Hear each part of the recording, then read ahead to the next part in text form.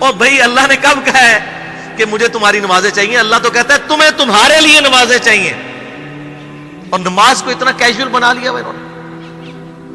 صحیح مسلم کے اندر حدیث ہے، آپ صلی اللہ علیہ وآلہ وسلم نے فرمایا بندے کے کفر اور اسلام کے درمیان فرق ہی نماز ہے۔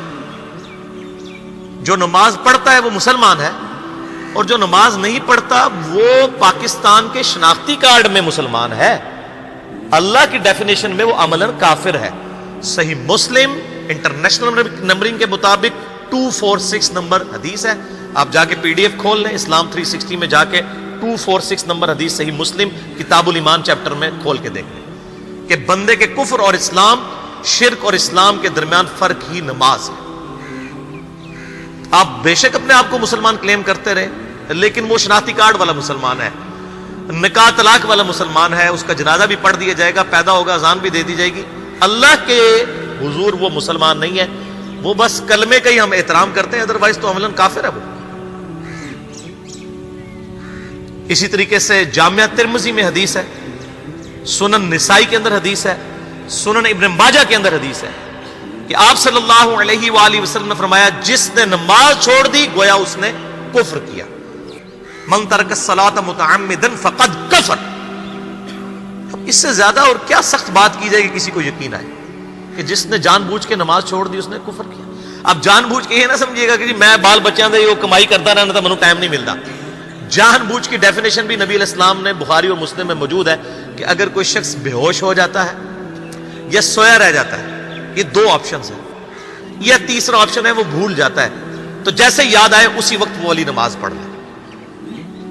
لیکن جو شخص دنیا کو ٹاپ پرائورٹی مانتا ہے، اپنا آفس چھوڑنے کے لیے تیار نہیں، اپنا کلینک چھوڑنے کے لیے تیار نہیں ہے، اور اپنی دکان چھوڑنے کے لیے تیار نہیں ہے نماز کے لیے، تو ظاہر ہے کہ وہ تو اپنے آپ کو دھوکہ دے رہا ہے۔ اللہ تعالیٰ تو اپنے معاملات کے اندر بالکل اسٹریٹ فارورڈ ہے، بالکل یہ ذہن میں رکھ لیں۔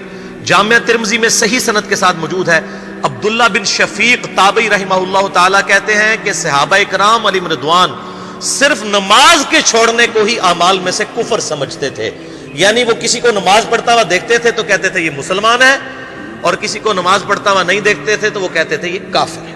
یہ جامعہ ترمذی ہے، یہ کوئی سٹوری بک نہیں میں سنا رہا آپ کو۔ مسند احمد میں صحیح سند کے ساتھ حدیث ہے، نبی صلی اللہ علیہ وآلہ وسلم نے معاذ ابن جبل سے فرمایا معاذ اللہ کے ساتھ کسی کو شریک نہ ٹھہرانا، خواہ تمہارے ٹکڑے ٹکڑے کر دیے جائیں، تمہیں سولی پہ چڑھا دیا جائے، تمہیں آگ میں جلا دیا جائے، اللہ کے ساتھ کسی کو شریک نہ ٹھہرانا، اور معاذ نماز بھی نہ چھوڑنا، کیونکہ جس نے نماز چھوڑ دی اللہ تعالیٰ کے ذمہ کرم سے وہ نکل گیا، اللہ کے حضور اس کے لیے کوئی حصہ نہیں ہے جس نے نماز چھوڑ دی۔ کتنا کریٹیکل ایشو ہے۔ اور اسی طریقے سے مسند احمد میں ہی ایک اور حدیث ہے کہ آپ صلی اللہ علیہ وآلہ وسلم نے فرمایا جس شخص نے اپنی زندگی میں نماز کی حفاظت کی، قیامت والے دن وہ نماز اس کے لیے نور ہوگی، نجات ہوگی، اور اس کے حق میں دلیل ہوگی، اور جس نے نمازوں کی حفاظت نہیں کی اس کے لیے قیامت والے دن کوئی نجات، کوئی نور اور کوئی دلیل نہیں ہوگی، الٹا اس کا حشر قارون، فرعون اور ابی ابن خلف کے ساتھ ہوگا، والعیاذ باللہ تعالی۔ یہاں تو ہم کہہ دیتے ہیں یا اللہ جو کچھ بھی ہے تیرے محبوب کی امت سے ہے، یعنی اے اللہ ہم نے تو اپنی اصلاح کوئی نہیں کرنی، ہمیں اسی طریقے سے ہی قبول کر لیں، والعیاذ باللہ تعالی۔ اور کچھ ویسے علماء کا بھی اس میں بڑا برا کردار ہے کہ انہوں نے نماز کو بھی اتنا مشکل فرض بنا کے پیش کیا ہے کہ ایک عام آدمی کے لیے، اور جو دنیاوی معاملات کے اندر بھی انوالو ہے، اور کسی ایسی عورت کے لیے جس کے کئی بچے ہیں، مطلب اس روٹین کے اندر اس نماز کو مینج کرنا مشکل ہو جاتا ہے۔ ہمیں تو عشاء کی صرف 17 رکعتیں بتا دی گئی ہیں، حالانکہ 24 گھنٹے کے اندر ٹوٹل نماز کی رکعتیں 17 ہیں جن کی اکاؤنٹیبلٹی ہے۔ اور میں یہ بڑے یعنی وثوق کے ساتھ ایک ذمہ دار مبلغ کی حیثیت سے یہ بات کر رہا ہوں۔ آپ صحیح بخاری اور صحیح مسلم کھول کے دیکھ لیں، فرض نمازوں کی تعداد جو ہے وہ 5 آئی ہے، اور ان کی رکعتوں کی تعداد بھی بیان ہو گئی ہے۔ فجر کے 2 فرض، ظہر کے 4 فرض، عصر کے 4، مغرب کے 3 اور عشاء کے 4، اور سفر میں سارے 2 فرض ہیں، مغرب کے 3، یہ ٹوٹل 17 رکھتے ہیں جن کی اکاؤنٹیبلٹی۔ باقی جنہ گڑ پاؤ گے انہ میٹھا، وہ ساری نفلی عبادت ہے، وہ بخاری اور مسلم دونوں میں حدیث ہے، جس نے فرض کے علاوہ 12 رکعتوں میں استقامت کی اور وہ 12 رکعتیں آپ صلی اللہ علیہ وآلہ وسلم نے پڑھ کے بھی بتائیں. اور امہات المومنین میں سے سیدہ عائشہ نے، سیدہ ام سلمہ نے، سیدہ ام حبیبہ رضی اللہ عنہن نے روایت بھی کی کہ 2 فجر سے پہلے، 4 ظہر سے پہلے، 2 ظہر کے بعد، 2 مغرب کے بعد، 2 عشاء کے بعد. یہ 12 سنت مؤکدہ، جس نے یہ پڑھی اسے جنت میں محل ملے گا. اگر کوئی نہیں پڑھتا تو گناہگاری والا معاملہ کوئی نہیں ہے. اسی طریقے سے اس کے علاوہ ایک اور وطر کی نماز ہے جو سنت مؤکدہ ہے. وہ سیدنا مولا علی رضی اللہ تعالیٰ عنہ علیہ السلام کا قول ہے کہ وطر سنت ہے، سنت ہے، سنت ہے، مگر اسے مت چھوڑو. ہے سنت ہے لیکن تاکیدی ہے. آپ صلی اللہ علیہ وآلہ وسلم نے سفر میں بھی وطر اور فجر کی 2 سنتیں پڑھی ہیں، لیکن یہ صرف افضلیت کے اعتبار سے تاکیدی ہیں، ان کی کاؤنٹیبلٹی کوئی نہیں ہے. البتہ یہ ضرور ہے، سنن ابی داؤد میں ایک حدیث ہے کہ جس کی قیامت والے دن فرضوں میں کوتاہی نکل آئے گی تو اللہ تعالیٰ فرمائے گا میرے بندوں کی جو نفلی اور سنت عبادت ہے اس کو تول لو اور فرضوں کے ایکویلنٹ قبول کر لو. تو آپ اگر یعنی سنتیں پڑھیں گے تو اس کے ایکویلنٹ نفلوں کی کوتاہی پوری ہو جائے گی، ادروائز اکاؤنٹیبلٹی اس کی کوئی نہیں ہے. یہ ذہن میں رکھیے گا. صحیح بخاری اور مسلم دونوں میں حدیث موجود ہے. ایک صحابی آئے، انہوں نے کہا یا رسول اللہ صلی اللہ علیہ وآلہ وسلم میں جنت میں جانا چاہتا ہوں، مجھے کوئی شارٹ کٹ بتا دیں. آپ صلی اللہ علیہ وآلہ وسلم نے فرمایا اسلام لانے کے بعد نماز، فرض نماز کو قائم رکھ.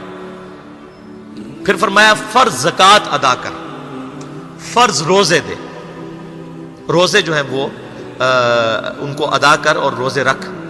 حج اس وقت فرض نہیں ہوا تھا، وہ زندگی میں ایک بار ہے.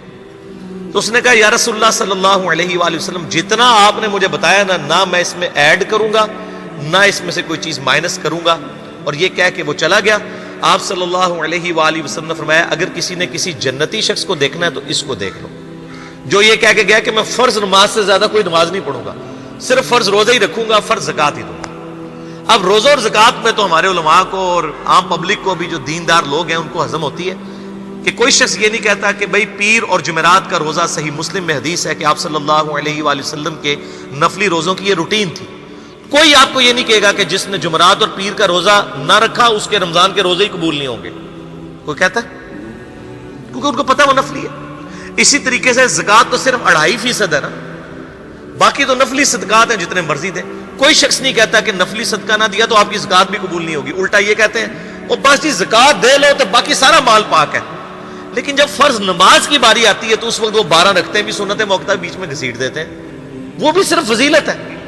ٹوٹل 17 رکھتے ہیں، 2 فجر کی، 4 ظہر، 4 عصر، 3 مغرب، 4 عشاء. یہ میں کو اپنے لیے گراؤنڈ نہیں بنا رہا، میں تو الحمدللہ اس کے علاوہ بھی نفلی عبادت کرتا ہوں.